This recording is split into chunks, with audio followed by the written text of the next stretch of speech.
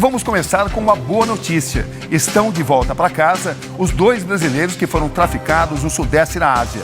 Eles ficaram 4 longos meses sendo obrigados a cometer crimes online e também sofrendo maus tratos. Bom, esta semana as nossas equipes acompanharam a chegada de Felipe e Lucas em São Paulo e registraram um emocionante reencontro com as famílias. Em uma entrevista exclusiva ao Domingo Espetacular, eles detalharam como foram os dias de horror na mão dos criminosos.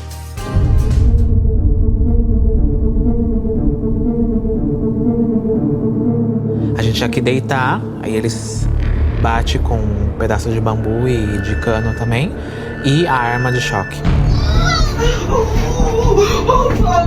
Tem aqui também. Isso foi espancamento quando eles pegaram a gente. Sim. Quando a gente fugiu.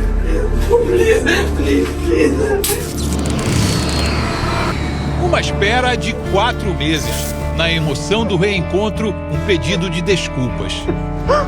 Desculpa, meu filho, eu não pude te fazer. Dona Cleide mal consegue respirar de tanto choro. Ali pertinho, seu Antônio abre aquele sorriso. E aí, Lipão? Bom, filho? Dizem que um abraço apertado ajuda a aliviar as dores da alma. Durante 10 longos segundos, seu Antônio matou meses de saudades. O voo da Liberdade estava previsto para chegar só às 4 da tarde. A equipe do Domingo Espetacular e o seu Antônio estavam juntos desde cedo. Ele contando as horas para reencontrar o filho, traficado para Mianmar por uma quadrilha que aplica golpes pela internet. Antigamente era só tristeza, mas hoje é alegria. No início da tarde da última quarta-feira, seguimos para o Aeroporto Internacional de São Paulo. Ao chegar em Guarulhos, quem o esperava era a Dona Cleide, mãe do Lucas, o outro brasileiro resgatado na Ásia. Ansiosos, os pais controlavam o painel de chegadas.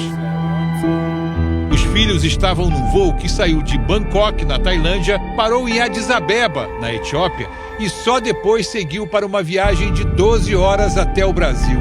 Dona Cleide não aguentava mais de tanto nervosismo. Assim que desembarcaram, Lucas e Felipe foram levados para prestar depoimento na sede da Polícia Federal no aeroporto. Foram mais 2 horas de espera. Tudo bom, filho? Obrigado. Seja bem-vindo. Um cuidou do outro, né? Dentro do possível, a gente cuidava um do outro. A gente não podia conversar. Lucas e Felipe foram para a Ásia no fim do ano passado atrás de um sonho. Trabalhar no exterior, ganhar em dólar, visitar lugares paradisíacos. Mas as promessas de emprego na Tailândia eram falsas. Acabaram sendo obrigados a trabalhar em Mianmar para uma máfia chinesa de golpes virtuais. Foram vítimas do tráfico de pessoas, um crime que movimenta algo em torno de 20 trilhões de reais por ano pelo sistema financeiro global. Os brasileiros estavam entre os cerca de 100 mil imigrantes que foram traficados para o chamado Triângulo Dourado, uma fronteira tríplice entre Tailândia, Laos e Mianmar. Eles eram obrigados a convencer pessoas do mundo inteiro a investir em supostos fundos de criptomoedas. Quando não chegavam à meta de $10 mil por mês, o equivalente a R$60 mil, eram torturados. A partir de agora, você vai ouvir relatos terríveis do que os brasileiros passaram nos últimos meses numa entrevista exclusiva ao Domingo Espetacular. Foram meses de dor e escuridão. Reencontrar a luz da liberdade parecia algo muito distante para os brasileiros, isolados num país estranho e obrigados a cumprir um roteiro escrito e dirigido por criminosos. O Lucas e o Felipe sofreram, mas jamais perderam a esperança de voltar para casa. No que vocês baseavam essa esperança? O que fortalecia essa esperança para vocês? Eu sabia que em algum momento a gente ia sair de lá. A todo momento eles falavam pra gente, não, você tá aqui para ficar 1 ano e 6 meses, depois vocês podem voltar para casa. A jornada de trabalho era de 17 horas, sempre de madrugada por causa do fuso horário na Ásia. As conversas começavam sempre na internet. As mulheres eram abordadas em aplicativos de relacionamento. os homens pelas redes sociais. Por dia a gente tinha entre 10 a 20 números para mandar mensagem, para entrar em contato. Cheguei a ter contato com pessoas de Salvador, Bahia, daqui de São Paulo também. Me passa seu número pra gente continuar nossa conversa, fazer uma amizade. E começava a partir daí. Caíram um golpe? Sim, teve, se eu não me engano, foi 4 mulheres que chegaram a fazer todo o processo. O pior momento foi das 2 vezes que eles me colocaram preso. Eu mandei mensagem para um amigo meu. Depois de um tempo, chegou uma mensagem de um deles para um dos chefes. Logo depois me colocaram no quarto, me espancaram. Eles têm arma de choque também. Eu levei choque, eu acho que umas 3, 4 vezes. Depois disso, eles me levaram para um outro espaço fora do campo lá. E eu fiquei preso por um tempo. Felipe, você chegou a ser espancado como Lucas? Não, né? Sempre que eles mandavam eu fazer certa coisa, eu sempre tentava seguir a regra.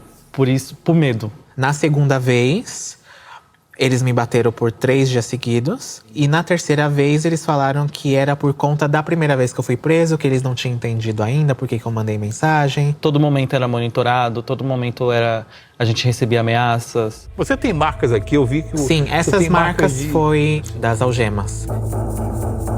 Ficava 17 horas em pé, com os braços assim, apertando muito, e eu não podia sentar. Porque o trabalho era 17 horas por dia. Deve ser difícil imaginar como se sente um pai ou uma mãe sabendo que o filho está do outro lado do mundo, prisioneiro de uma quadrilha de golpes online, sendo maltratado diariamente. Pois foi assim que, durante meses, a dona Cleide e o seu Antônio se sentiram. Qual era a sensação que vocês tinham sabendo que o Lucas estava lá do outro lado do mundo, que o Felipe estava lá do outro lado do mundo, nessa situação? Aí começou, né? O Felipe mandando mensagem pedindo socorro todo dia. E eu sempre perguntava, né? E o Lucas? Ele falou assim, pai, eles pegaram o Lucas, né? Desceram com ele lá para baixo. Aí eu vi 2 tiros, pai. Uma dor, assim, imensa. Mas eu gostaria de ter feito mais, mas não pude. Que se eu pudesse, teria feito. Depois de uma fuga frustrada do dia 8 para o dia 9 deste mês, os rapazes foram mais uma vez espancados. Felipe mostra as marcas que ainda carrega. Tem nas pernas também. Depois de apanharem, eles e outras pessoas traficadas conseguiram fugir com a ajuda do DKBA, um grupo armado étnico de Mianmar que atua como polícia na região da fronteira. Mas quando a gente viu que estava chegando realmente na Tailândia, tinha os guardas, tinha a imprensa, então a gente viu que realmente era para ir embora. Quando não vi chinês, eu falei, não, agora sim a gente tá salvo.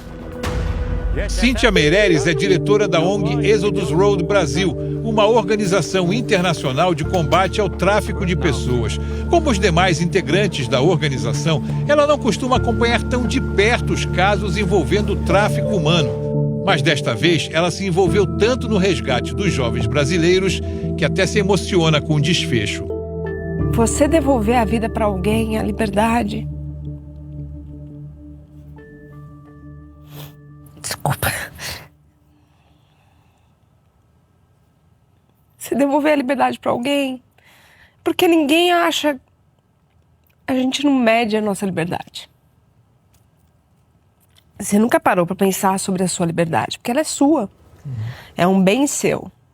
Mas quando você descobre que isso é um bem tão valioso e que existem milhões de pessoas que não têm, e você devolver isso, nossa, é uma sensação incrível. Mas, e você somar isso e devolver um filho, devolver o Lucas para dona Cleide e devolver o Felipe para o seu Antônio, é algo inenarrável. Na última sexta-feira, Lucas e Felipe fizeram um check-up neste hospital em São Paulo. Passaram pela ortopedia, clínica geral, fizeram exames de imagem e de sangue e, apesar dos hematomas, não foram constatadas fraturas. Mas os médicos recomendaram acompanhamento psicológico. Os ferimentos vão melhorar. Com o tempo a gente sabe e tem fé que os ferimentos vão melhorar. O ferimento físico, mas a lesão psicológica que eles com certeza sofreram é só o tempo mesmo que vai dizer. Dona Cleide, Lucas, seu Antônio e Felipe não são parentes, moram em pontos opostos de São Paulo e nem se conheciam antes desta história.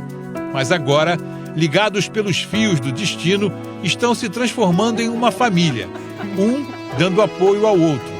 Felipe quer terminar a faculdade de marketing e Lucas quer investir na carreira de ator.